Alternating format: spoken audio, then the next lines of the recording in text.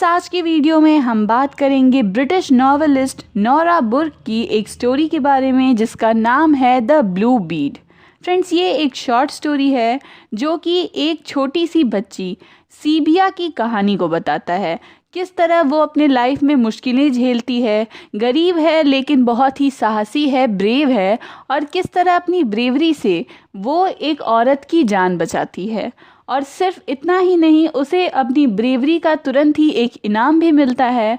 और वो इनाम क्या है? तो ब्लू बीड।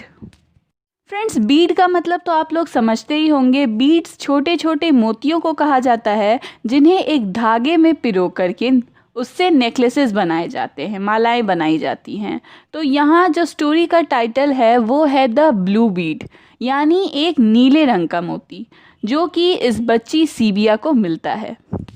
इस स्टोरी में पॉवर्टी और ब्रेवरी जैसे थीम्स को डिस्कस किया गया है, और जैसे जैसे हम स्टोरी में आगे बढ़ेंगे आपको ये थीम्स और भी क्लियरली समझ में आएंगे। फ्रेंड्स, नोरा बुर्क एक ब्रिटिश नॉवेलिस्ट और ट्रैवल राइटर थी। उनका जन्म हुआ था 2 अगस्त 1907 में और उनकी डेथ हुई थी 1 मार्च 1976 में। उन्होंने अपनी पूरी लाइफ टाइम में बहुत सारे फेक नेम्स का यूज़ किया है, सूडोनिम्स का यूज़ किया है, यानी झूठे नामों के साथ लिखा है। जैसे एंड्रे लामोर, पॉल ले स्ट्रेंज, इस तरह के नामों से वो लिखा करती थी। साथ ही वो फेमस हैं इंडिया में अपनी लाइफ के डिस्क्रिप्शन के बारे में। उन्होंने इंडिया को काफ़ी बार विज़िट किया है, काफ़ी साल यहाँ रही हैं, तो इंडिया के बारे में वो बहुत कुछ लिखा करती थी। और उनकी फेमस वर्क्स में merry England, the scarlet vampire, tarnished angel, ये सभी शामिल हैं। तो चलिए फ्रेंड्स, अब आगे बढ़ते हैं और अब इस शॉर्ट स्टोरी को समझने की कोशिश करते हैं। फ्रेंड्स, इस स्टोरी की जो शुरुआत होती है वो बाकी स्टोरियों से बहुत अलग है, क्योंकि बाकी स्टोरीज़ में हमेशा प्रोटैगोनिस्ट की पहले तारीफ़ की जाती है, उसके बारे में बताया जाता है। लेकिन इस स्टोरी की स्टार्टिंग होती है इसके एंटैगोनिस्ट से, यानी इसके विलन के डिस्क्रिप्शन से। और इस स्टोरी का मेन विलन है एक क्रोकोडाइल, यानी कि एक मगरमच्छ। जो राइटर हैं वो इस क्रोकोडाइल के बारे में बताती हैं किस तरह ये क्रोकोडाइल धीरे धीरे बड़ा हुआ, इसने कितनी मुसीबतों का सामना किया, और अब ये जा कर के अपने पूरे इलाके में सबसे स्ट्रॉन्गेस्ट क्रोकोडाइल है। ये किसी भी नॉर्मल ह्यूमन का ट्वाइस है अपने साइज़ में। जैसे कोई नॉर्मल ह्यूमन 6 फीट का होता है तो ये 12 फीट का है। बहुत स्ट्रॉन्ग है, सबसे खतरनाक शिकारी है। और इसके खाने की जो हैबिट्स हैं वो कभी पहले मंकीज़ और डियर्स तक सीमित हुआ करती थी, लेकिन अब ये काऊ को खा जाता है, यानी गायों को खा जाता है जो पानी पीने आती है। और कभी कभी किसी हाफ बर्न्ड बॉडी को, यानी जो मरने के बाद शरीरों को जलाया जाता है, तो अगर उसे एक हाफ बर्न्ड बॉडी मिलती है तो वो उसे भी खा जाता है। तो सब बहुत ही ज़्यादा डेंजरस है। और राइटर सबसे पहले इसके बारे में बताते हैं ताकि सभी रीडर्स को पता चले कि ये जो बच्ची है, ये जो स्टोरी की मेन प्रोटैगोनिस्ट है, उसके आसपास आखिर कितना बड़ा खतरा है। फ्रेंड्स, अब स्टोरी आगे बढ़ती है और राइटर जो है वो एक डिस्क्रिप्शन देते हैं एक छोटी सी 12 साल की बच्ची का जिसका नाम है सीबिया। सीबिया एक सिंपल इंडियन गर्ल है, बहुत ही गरीब है वो। उसके पास पहनने के लिए भी ज़्यादा कपड़े नहीं हैं, लेकिन वो बहुत ब्यूटीफुल है। राइटर ये भी कहते हैं कि इन सभी क्वालिटीज़ के बावजूद वो बहुत ब्यूटीफुल भी है। अब फ्रेंड्स, सीबिया जो है वो एक लड़की है, तो जाहिर सी बात है उसे चूड़ियाँ खरीदने का, झुमके खरीदने का बहुत शौक़ है। लेकिन उसकी फैमिली बहुत गरीब है, इतनी गरीब कि उनके पास खाने के लिए सूखी रोटियां और मिर्च रहती हैं बस, और कुछ भी नहीं रहता।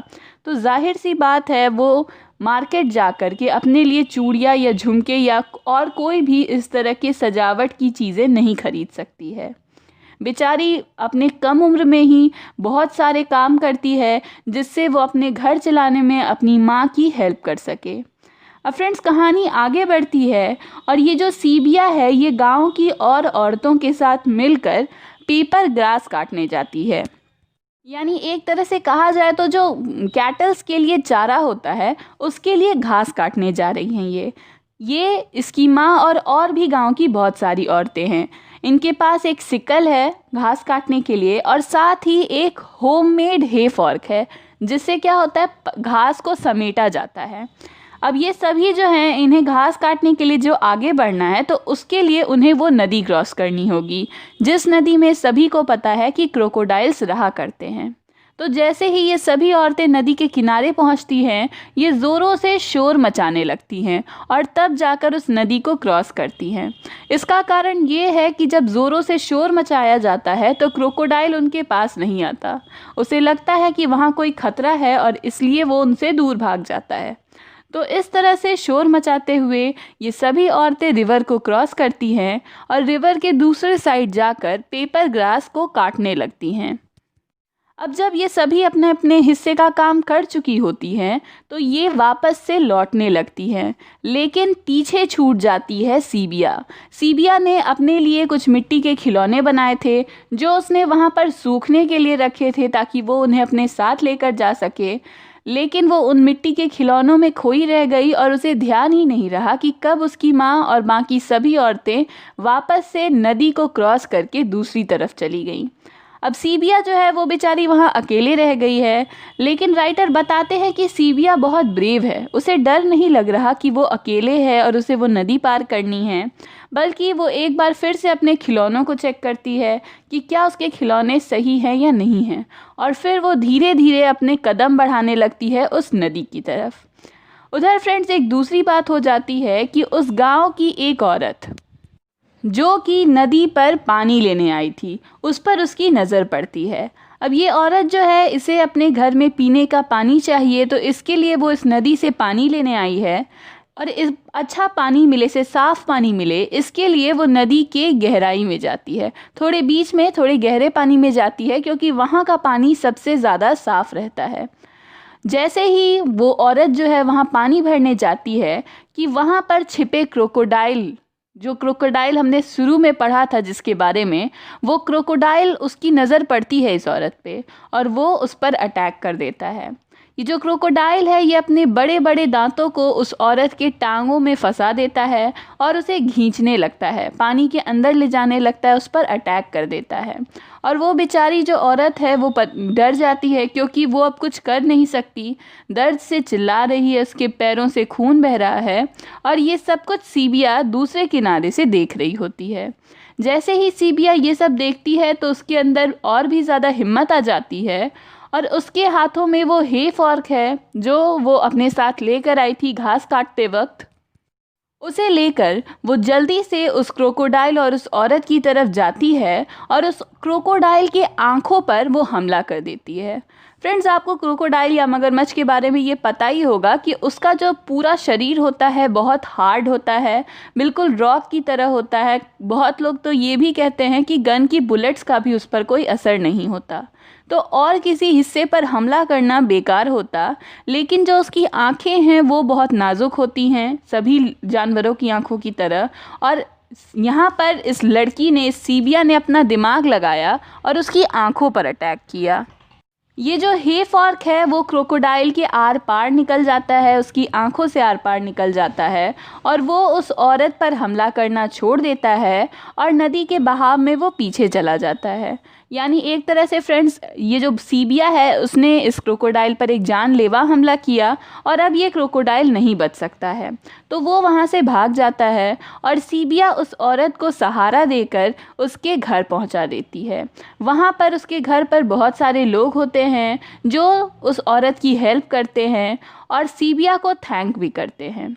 अब सीबिया जो है वो उस औरत को उसके घर पर छोड़ देती है और वापस से नदी के किनारे लौट कर आती है, क्योंकि वहाँ पर उसके हिस्से का जो पेपर ग्रास था वो वहीं छूट गया था और साथ ही उसका हे फॉर्क जो कि अब तो बह गया था लेकिन वो भी वहीं छूट गया था। तो वो अपनी बची हुई चीज़ों को लेने आती है और जैसे ही वो अपने उस पेपर ग्रास के बंडल के पास आती है तो उसे वहाँ एक चमकती हुई नीली चीज़ दिखाई देती है और जब वो उसे उठाती है तो वो देखती है कि वहाँ और कुछ नहीं, एक ब्लू बीड है, यानी एक नीले रंग की मोती है। और ये देखते ही वो बहुत खुश हो जाती है क्योंकि ये नीले रंग की मोती उसके लिए किसी डायमंड से कम नहीं है। वो इसका यूज़ कर सकती है और अब अपने लिए एक छोटा नेकलेस बना सकती है एक ही बीड का, लेकिन वो उसे पहन सकती है। और ये बात देखकर वो बड़ी खुश हो जाती है और चहकते हुए वापस अपने घर को लौट आती है। अब जब वो अपने घर पहुंचती है तो उसकी माँ उसे बहुत डांटती है कि आखिर तुम कहाँ चली गई थी। तुम्हें पता है जंगल में किस तरह की चीज़ें हैं, सांप हैं, मच्छर हैं, बहुत सारे पागल हाथी हैं, तुम पे क्या अटैक कर देता। मुझे डर था कि कहीं तुम्हें कुछ हो तो नहीं गया। और सीबिया जो है वो खुशी से कहती है कि हाँ हाँ मुझे कुछ हो गया। जानती हो क्या हुआ? मुझे एक ब्लू बीड मिला है मेरे नेकलेस के लिए, ये देखो। और इस तरह से फ्रेंड्स ये स्टोरी ख़त्म हो जाती है एक हैप्पी एंडिंग पर, जहाँ जो विलन है, जो मगरमच्छ है, उसकी एक तरह से डेथ हो जाती है और सीबिया को अपनी ब्रेवरी का एक इनाम भी मिलता है। तो एक तरह से कहें तो ये एक चिल्ड्रन स्टोरी भी है, लेकिन दिखाती है कि सीबिया, ये जो स्टोरी की प्रोटैगनिस्ट है, वो गरीब भले ही है लेकिन कमज़ोर नहीं है, ब्रेव है और हमेशा दूसरों की मदद करती है। तो फ्रेंड्स ये थी नोरा बर्क की स्टोरी द ब्लू बीड।